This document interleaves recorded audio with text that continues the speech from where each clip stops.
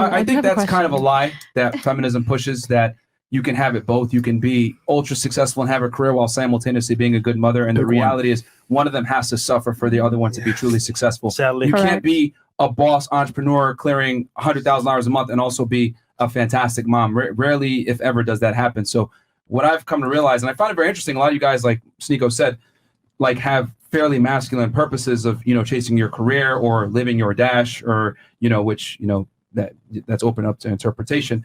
But not one of you said anything about a family, children, making sure that my child's purpose is fulfilled before mine. Right. Very interestingly selfish answers, which is cool. I mean, it just goes to speak kind of like as to the mindset that we're in the United States and in the West in general, where women put their career over family and children. And I would argue that's fairly destructive, because women don't derive the same pleasure from success. But did anyone else have something? I do have a question. Sure. I guess and you had something too? Would having children not be covered under the umbrella of like creation, right? Like that's a thing. Yeah, what's your broad answer? But that's not what you. Come on, man. You didn't mention children at all.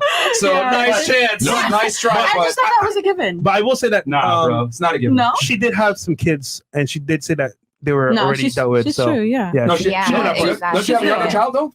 I know you said you have. No. You have a teenager. Are your kids? I have a toddler. Are they both adults already? Are you talking to me? Yeah. You have a toddler, right? 4 of them. Remember? Are they? But are they all adults? Yes, they are. So she did her part. They are. I did my part and made sure that they're too. grown, and made sure that I'm leaving them a legacy when I'm gone. Right. That is the whole purpose: is make sure that they are contributing to society. They're not self-centered. They don't feel entitled. But your answer was living my dash. Right, because that's my current purpose. Right. If you ask me what was their original, well, depending on especially the age demographic here, not a lot of women here have had kids yet, have lived their life. Some of them are really giving it up now. It's like, okay, some get married so early, they don't live that life. So would you tell women to live their life first, then get married after? Absolutely. Absolutely. Here's the thing is, because I was actually in an arranged marriage when I was younger, and it's a cultural thing. So that's why my kids are older. So then now your whole purpose is you're exposed to only being a mom. And I didn't have that opportunity as a lot of these young women to enjoy life, to go to the clubs, to do, all this. And now that they're grown, I could do whatever. What's more fulfilling, having children or going to the club? You know what? Having my kids and having them now, they're grown and they're individuals. The rule we had is you give them enough to do something, but not too much to do nothing. Right. Because if they end up spoiled, then they become entitled. But see, and this is kind of why the advice you gave is fairly destructive. Like you're saying, hey, live your life first and then have the children after. Well, then we ask you, well, what's more beneficial, going to the club or having the children? Well, having the children. Well, we know that women have a finite amount of time to be able to bear children and do it in a healthy fashion where the kids come out without some type of impairment.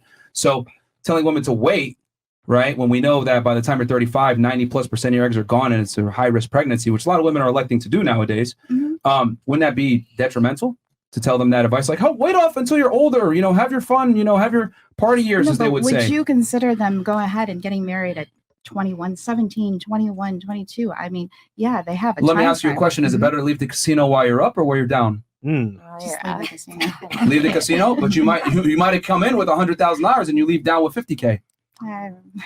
Are you? We're not going to talk about gambling because that's actually.